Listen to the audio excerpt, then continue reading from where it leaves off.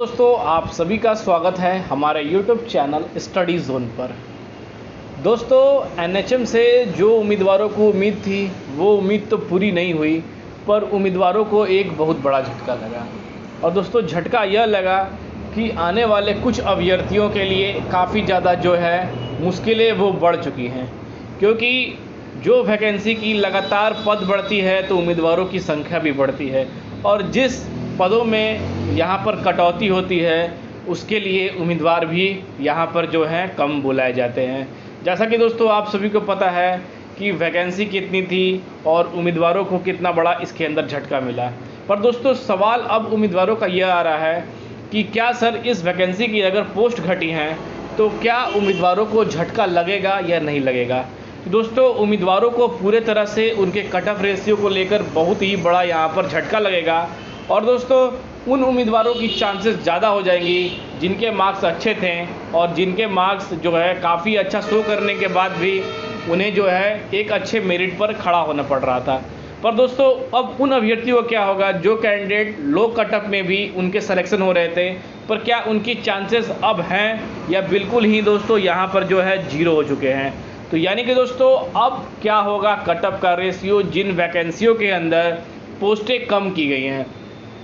या जिन डिस्ट्रिक्टों के अंदर पोस्टें कम की गई हैं, क्या उन सभी के कट ऑफ रेशियो में कोई फ़र्क पड़ेगा या नहीं पड़ेगा। क्योंकि उम्मीदवारों का सवाल ये भी था कि कई डिस्ट्रिक्टों के अंदर यहाँ पर जो है चाहे वो स्टाफ नर्सिंग की हो या एएनएम की हो या लैब टेक्नीशियन की हो, उसके अंदर अगर पोस्टें कम नहीं हैं तो क्या उस डिस्ट्रिक्ट की जो पोस्टें हैं उनकी जो कट ऑफ है वो क्या पहले की तरह सेम रहेगी या कम होगी। अगर दोस्तों जिन डिस्ट्रिक्टों के अंदर पोस्ट कम हुई हैं क्या उनकी रेशियो हाई रहेगी, या ये एक सबसे बड़ा सवाल बना हुआ है। तो इसी पर दोस्तों आज मैं आप सभी को पूरी इन्फॉर्मेशन देने वाला हूं, क्योंकि लगातार जैसे ही दोस्तों यह प्रोग्राम जारी किया गया था एनएचएम डिपार्टमेंट द्वारा, उसके बाद उम्मीदवारों के लगातार कमेंट आ रहे थे कि सर कट ऑफ क्या होगा, इसमें कई अभ्यर्थियों के अब हमारा सिलेक्शन होना भी अब मुश्किल है, कैसे हमारा सिलेक्शन होगा, क्या होगा, यह प्रक्रिया उम्मीदवारों जानना बहुत ही ज़्यादा ज़रूरी थे। तो दोस्तों आज के वीडियो में सारी इन्फॉर्मेशन मैं आप सभी को देने वाला हूं कि क्या डिस्ट्रिक्ट वाइज उम्मीदवारों को फ़र्क पड़ेगा या ऑल ओवर डिस्ट्रिक्ट पे पूरा फ़र्क पड़ेगा।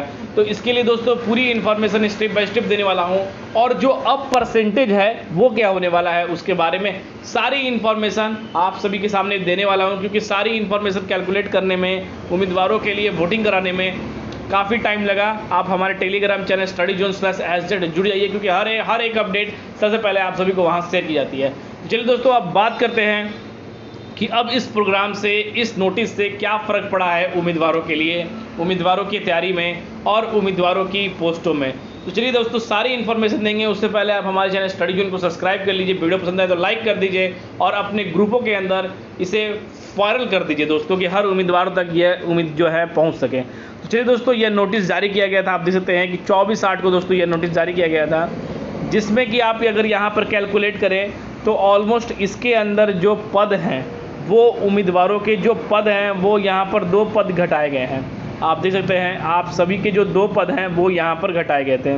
और इस दोनों के अंदर यानी कि दोस्तों आप सभी देखते हैं कि स्टाफ नर्सिंग और एएनएम के अंदर दोस्तों जो आप सभी के पद हैं वो दोनों ही पद 108 यहाँ पर दोनों में 108 पद दोनों में यहाँ पर घटाए गए हैं, और कई जिलों के अंदर इसे बढ़ाया भी गया है। पर यहाँ पर दोस्तों उन पदों को बढ़ाने के बाद भी 108 पद जो है यहाँ पर जो है माइनस में चल रहे हैं। तो अब दोस्तों क्या फ़र्क पड़ेगा, क्योंकि कई लोगों का सवाल था कि सर यहाँ पर जो पोस्ट सेम हुई हैं जिनमें पदें नहीं घटी हैं, क्या उनकी जो कट ऑफ है क्या वो यहाँ पर सेम रहेगी या नहीं रहेगी, क्या वो इक्वल रहेगी, क्या जो पहले के मुताबिक जो कट ऑफ बन रही थी क्या वो सेम रहेगी। तो दोस्तों मैं आप सभी को बता दूं कट ऑफ अगर जारी करने को लेकर बात करें तो यहाँ पर जो कट ऑफ है जो पहले हैं जिस डिस्ट्रिक्टों के अंदर भी पोस्ट नहीं घटी है उनकी जो कट ऑफ है वो यहाँ पर दोस्तों इंक्रीज़ होगी ही होगी। दोस्तों कैसे होगी वो बताता हूँ। जैसा कि दोस्तों यहाँ पर देखते हैं कि इसके अंदर यहाँ पर जो कट ऑफ है वो 1-1 थी और इसके अंदर 4-4 पदों को बढ़ाया गया, तो इसकी कट ऑफ क्या लो होगी, ऐसा कुछ नहीं है दोस्तों। जो कट ऑफ की रेशियो है वो इक्वली कैलकुलेट की जाएगी, और इक्वल कैलकुलेट होगी तो दोस्तों हर एक डिस्ट्रिक्ट पर हर जो वैकेंसी है जो प्रोग्राम वाइज उन सभी पर यहाँ पर फ़र्क पड़ेगा। सेम तरह का दोस्तों आप देख सकते हैं कि अगर यहाँ पर एएनएम में देखें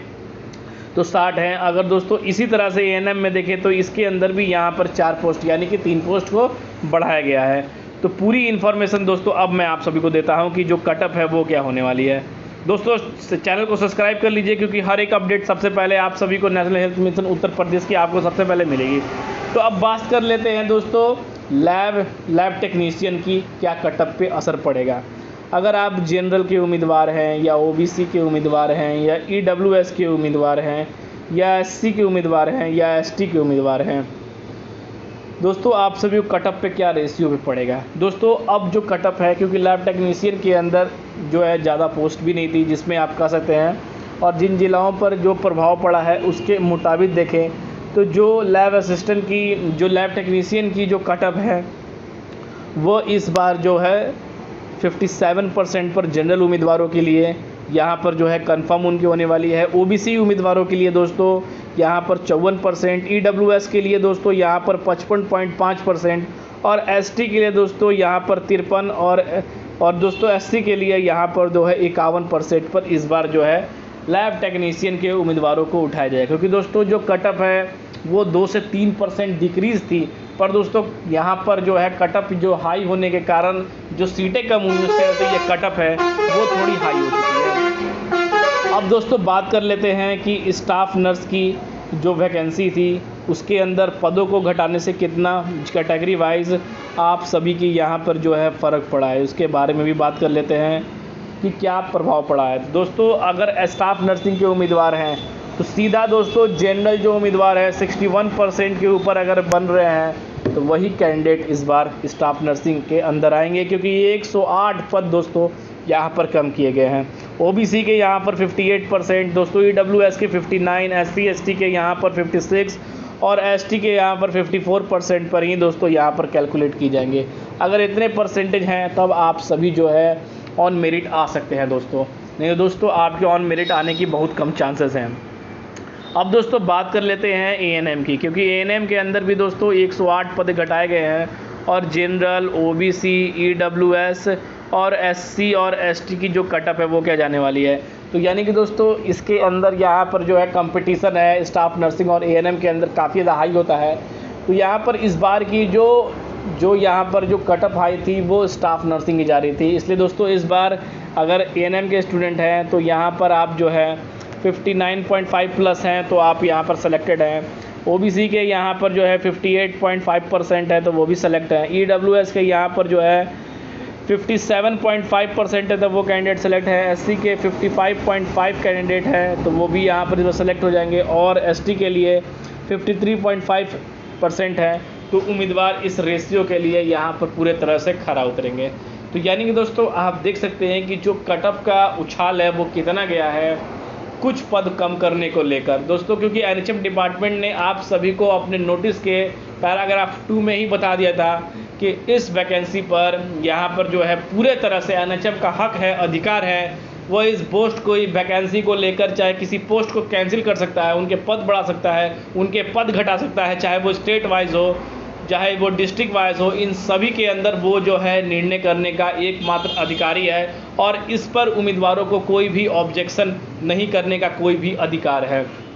इन चीज़ों को लेकर। क्योंकि दोस्तों साफ साफ इस नोटिस में कहा गया था कि उम्मीदवार अगर चाहे किसी भी तरह से इस वैकेंसी को लेकर एनएचएम डिपार्टमेंट से कोई भी प्रत्याशी खड़ा होकर यह डिमांड नहीं कर सकता है। तो यहाँ पर आप देख सकते हैं कि इस तरह की कटअप की जो रेशियो है वो यहाँ पर जारी की जाएगी। अगर दोस्तों रिज़ल्ट की बात करें तो रिज़ल्ट यहाँ पर जो है दोस्तों आप सभी को सितंबर के 2nd वीक तक आने की संभावना बताई जा रही है सोर्सों की माने की जो अपडेट निकल कर आ रही है। पर दोस्तों उससे पहले ही की उम्मीद है, आप सभी को अगस्त के अंदर ही उम्मीद है कि आने की पूरी चांसेस है, पर दोस्तों डिले होता है तो सितंबर के 2nd वीक तक जारी कर दी जाएगी। तो अभी तक के लिए दोस्तों ये अपडेट निकल कर आ रही थी और जो हमारे चैनल के माध्यम से आपको शेयर किया गया। फिर भी कोई नई अपडेट आती है तो आप सभी को जरूर शेयर किया जाएगा। तो फिर मिलते हैं दोस्तों अगले वीडियो में, तब तक के लिए दोस्तों जय हिंद।